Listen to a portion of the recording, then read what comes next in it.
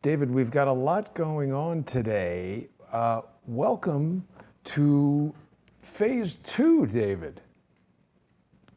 Well, when I saw that comment when you Skyped me about phase two, I was wondering if you're talking about my phase two or your phase two, because I've got a phase two. But anyway, you explain, and it's good to be with you, Jason. You explain what your phase two is, and then maybe I can explain what my phase two is.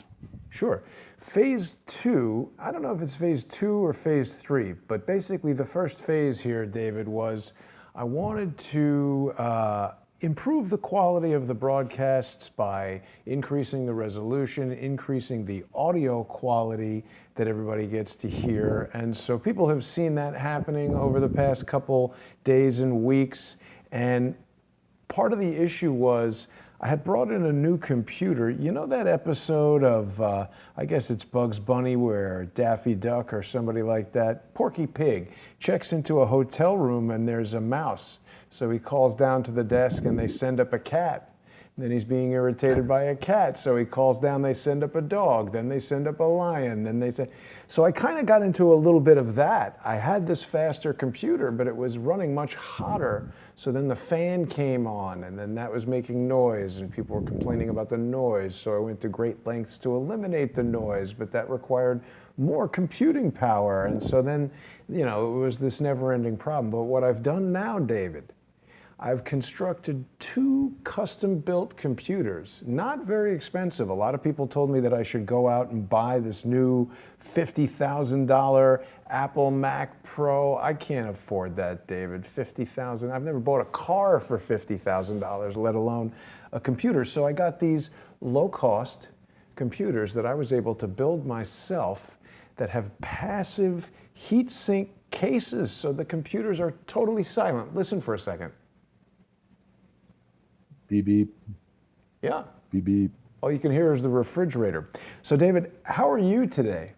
That's a better question. Well, yeah, no, I'm very well. And as I say, it's good to be with you. And I give you a quick introduction to my phase two. Yes. For years now, and the hours of interaction that you and I have had, which I think have been incredibly productive. What we've been doing, although we haven't used that terminology, is doing a vector analysis of news stories being released by the BBC or CNN and comparing what they say happened or what they want us to believe happened with what must have happened at the particular crime scene or fatal event, consistent with the laws of physics. So now up on the screen, so I've got now on our website, on my website, Reverse CSI Scripts, I've got a link where it says free downloads. Right? Now, free downloads, you will be able to, or any of our users will be able to download the banner of the website, which I think is an astonishingly effective method of communicating historical and technological continuity over 100+ years, right back to the Boston Tea Party, where the Boston Tea Party took place in 1773, and I'm alleging that is a classic and early example of a high technology live action role play, because it would appear that the Carpenters Company of the city and county of Philadelphia, together with a guy called John Hancock, who apparently was a pirate and a smuggler and a tax evader and generally an all-round bad person, right? And captains of the British East India Company, I believe, conspired together to arrange for an incident where tea was thrown into Boston Harbor. Eventually, that triggered the Independence War, the Declaration of Independence, and the mercantilists of the United States of America were able to get out of paying taxes to George III, all right, and get into extracting taxes from a rather bullied American public for themselves. So now that group of individuals are now amongst the wealthiest, and their descendants, etc., through these two secret societies, Phi Beta Kappa and Kappa Beta Phi, are the most wealthy and powerful people in the world, leading us into what David Rockefeller said, I believe, the world is ready to move to a supranational government of an intellectual elite and world bankers. And the modern live action role play, I believe, took place on 9/11 on the 49th floor of the World Trade Center, building number 1, where Serco shareholders met to stage, I allege, a live action role play that would culminate in the mass murders of targeted communities, for example, the firefighters, 343 dead firefighters, or the World Traders, worship company of World Traders, at Cantor Fitzgerald on the top of the tower number 1, with 685, I believe, dead, including the brother of Howard Lutnick. So if you can just go back to the banner and blow the banner up, I'll just look at the sort of the high points on that banner. So remember now, folks, you could actually download this banner, right? And you could, I would love to think that you would find it sufficiently enticing to frame it and put it up on the wall. So any subsequent discussions, at least those discussions that relate to live action role play resulting in high-value target or mass casualty events, that where you feel it's useful to listen to Jason and myself, you can understand the historical and technological context from that banner. And very briefly, on the top left, there's a man called John Harrison. John Harrison died in 1776, and he was the inventor of the marine chronometer, which kept time to an extraordinary level of accuracy for ships moving at sea. And he was awarded, even though he had to fight for it, the Admiralty Longitude Prize, which I think was 20,000 guineas. He had to fight for it, and ultimately George III had to intervene and make sure he got his money. Is that a lot? Now, 20,000 guineas? Back then, it's huge. Because you think of the advantage for the Royal Navy and the British East India Company's ships to know the time precisely when they're, for example, fighting the American decolonial forces, right? Or Napoleon in Trafalgar, because the enemy ships don't know the precise time. They show up at the wrong place at the wrong time, and the British Royal Navy or the East India Company can cut a swathe through those defending organizations for ultimate victory, where the British East India Company got to be the world's largest and most powerful corporation the world has ever seen and will ever see, because when they attempted to disband it in 1845 or something of thereabouts, where Queen Victoria's advisors, they had 260,000 men under arms, Jason. This That's was amazing. a monster, a giant. Yeah. Right? The key technology, and notice I use the word key, was the marine chronometer, pioneered and invented by John Harrison, ultimately improved until you get to 1848 on that banner, and you'll see the clock outside Greenwich. Incidentally, the Greenwich Maritime Museum is the most extraordinary example, because they show the prototypes put together by John Harrison. So that, I think, was patented in 1848, extraordinary piece of technology. And immediately down below it on 0 longitude is a clock that is actually labeled the Zulu clock, which is tied to time generated by the cesium fountain clock at the National Physical Laboratory in Teddington, which to this date, plus improvements, I believe is the most accurate clock in the world. It's accurate to 1 second in 186 billion years. And my argument that I'm developing, and I believe we can share with our listeners, is I believe now we can show them how to do a vector analysis of a live action role play event that results in the death of, for example, Michael Hastings, or Princess Diana, or John Bennett Ramsey, or JFK, or Abraham Lincoln, right? Because again, so what I'm saying is in 1776, when these, if you go to the left-hand side of the banner, the bottom row, you'll see 2 Greek life societies, Phi Beta Kappa and Kappa Beta Phi, which I believe are the engines of what I call the Carbon Kappa Syndicate, right? You know, David, Where this is really interesting, because, I mean, this is another example of one of these things that when you say it, some people might think it sounds over the top, it sounds ridiculous, but this actually makes a lot of sense. So we've got all this turmoil going on in the world. The British colonies are trying to break away from the monarchy. That's a big deal. And this company, the British East India Company, it's risen to such levels of success, it actually challenges sovereign states, right? I mean, these are sort of unheard of circumstances prior to industrialization, and building ships and creating companies and things like this are all relatively new. So now when we look at modern times in the context of what you've just laid out for us, the internet and all that was as much of an uncharted new territory where you could conduct business around the world in ways that you never could before. It's a bit of an analog in certain regards.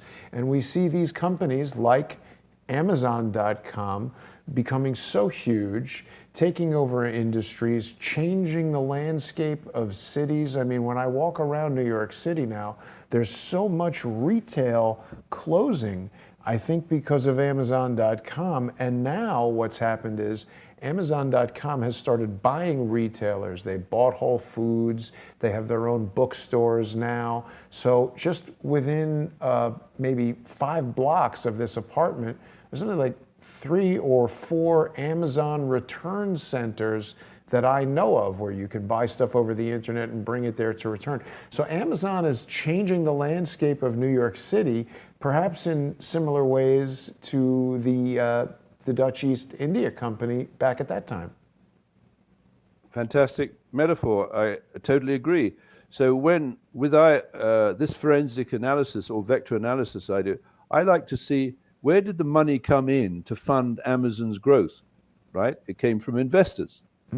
The top 10 institutional investors in Amazon include Vanguard, right? One of whose directors is a woman called Amy Gutman, who's Phi Beta Kappa, right? And of course, the other investor is BlackRock Inc., whose CEO is Larry Fink, who is Kappa Beta Phi, right?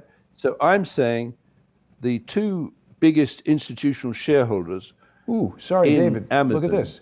Vanguard has like a Dutch East India ship.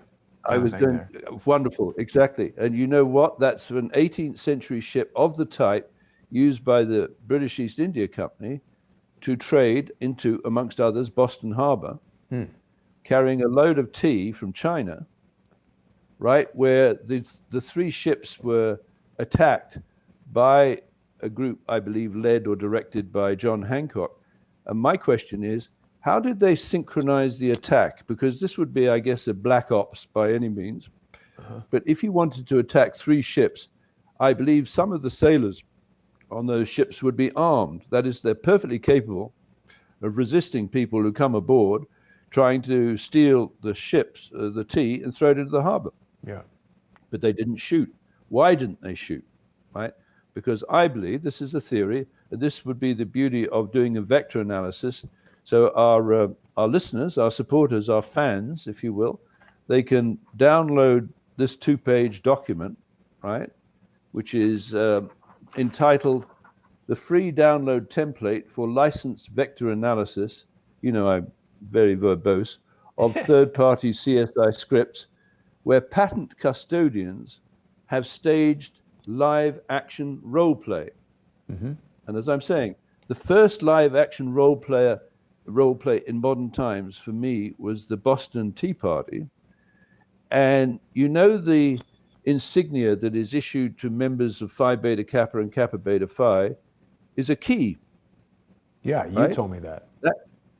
That key, I believe, would go into the marine chronometer precision watches.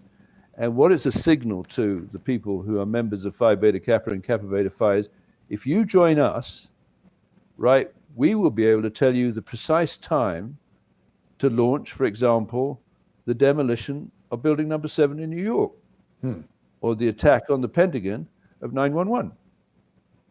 Yeah, they even call them keys. They say the Phi Beta Kappa keys. Well, it is a key, and you see that shaft that's coming out of the rectangle, right? The old keys are hollow. That is to say, they fit over the winding shaft of a marine chronometer. This to me, it's a breakthrough a couple of days ago. I said, damn it, what these people have been issued with in forming what David Rockefeller described as a supranational government of an intellectual elite and world bankers, they've been issued with keys which will tell them the precise time to launch an attack on people like you and me, including, for example, the movement, I allege, of a genetically engineered coronavirus that has now been engineered on a spectrum between being just a virus and being just a vaccine to something in between. We're using reverse genetics. This is the phrase in the patent taken out by Pirbright Institute, co-funded or partly funded by the Bill and Melinda Gates Foundation, right? They've developed, I believe, or I allege, a hybrid coronavirus or a virus that is part vaccine and part virus, and the precise ratio, whether it's a vaccine or a virus, is engineered by artificial intelligence algorithms so they can target communities, right, based on the metabolism or the diet of the targeted community. And I'm alleging that the people who live in Wuhan City, who allegedly made great use of a wild animal market where civet cats and bats and stuff like that would be eaten, absorbed into their metabolism would be certain, I think, genes or enzymes that might make them vulnerable to a tuned or customized virus that would represent a huge threat to the Chinese government. Because if that were true, if that were to be true, they could say, well, we're going after Wuhan City now, but next city could be Shanghai, right? So you pay your carbon tax or we'll kill you. And hence I've coined this phrase. You remember you were very kind about my capo di tutti cappa phrase. You said that was concise, and anytime you say I'm being concise, my ears prick up because I'm not by nature concise, right? But I thought, let me just put that in front of the audience. If this scam of the idea that God's gas, what I call God's gas, carbon dioxide, is the principal component of catastrophic anthropogenic global warming, right? The only thing they can do to us is kill us, because you absorb or breathe in carbon dioxide at 380 parts per million, which is the ambient percentage or parts per million of carbon dioxide in the atmosphere. Jason, you breathe it out an unforgivable 40,000 parts per million. So now back to Phi Beta Kappa and Kappa Beta Phi. I think these are two secret societies which, because of the privilege of hindsight, we're able to recognize, but JFK was not able to recognize. In his speech to the Press Association at the Waldorf Astoria in 1961, he said, "We are opposed by a monolithic and ruthless conspiracy that believes in guerrillas by night and not armies by day, and infiltration and not invasion." And I think he was describing the combination of Phi Beta Kappa and Kappa Beta Phi, which today, was it We just disconnected? lost you for a I just second. saw the No, we're sign still coming there. up, disconnected. Still there. Yep. Oh, okay. So let's go fast forward to what relevance. And I watched President Trump. But wait, you were telling us that Mike JFK, Pence it was the combination of Kappa Beta Phi and Phi Beta Kappa? Is that what you were going to say? I think now he didn't declare that, right? My inference is when he, the President of the United States, to be assassinated in 1963, describes he says, we are opposed, that's the American people and the American government, right? We are opposed by a ruthless and monolithic conspiracy.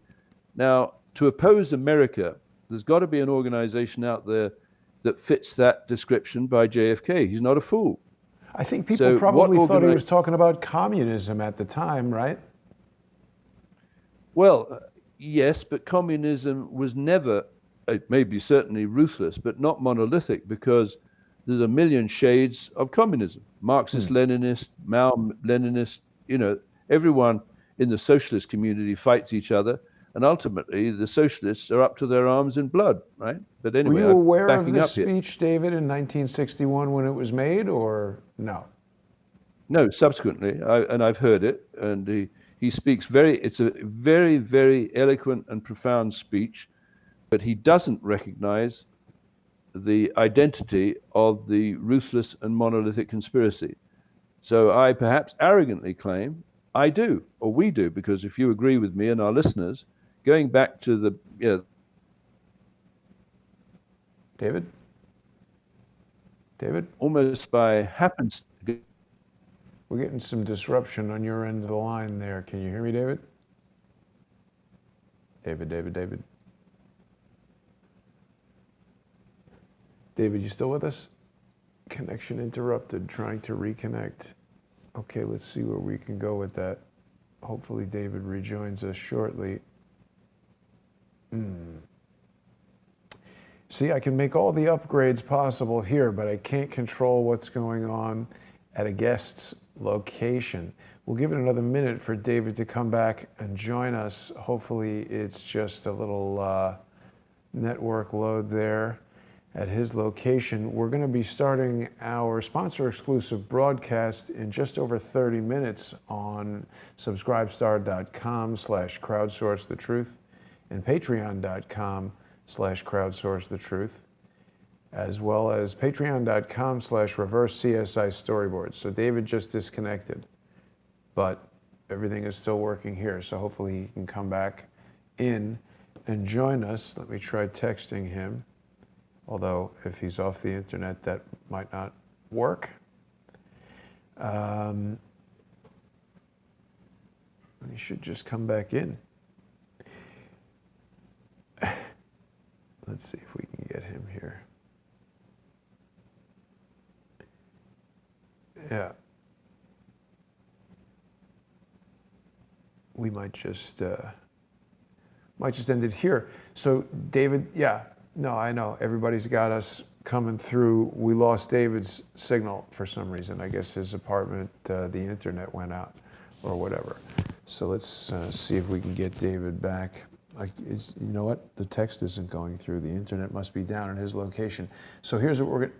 Hey, Rod, let's hope that didn't happen. So what we're going to do is we'll end it here for now for... YouTube, and hopefully by 2 p.m. David will be back online in Vancouver. Maybe he can get to a cafe or something. And we'll be back at 2 p.m. with David Hawkins' Discovery CSI. And if people are not yet sponsors, please visit Patreon and Subscribestar. I can't keep these shows coming without your support. And let me go get David back, and we'll be back in about 30 minutes. Thanks for watching, everybody.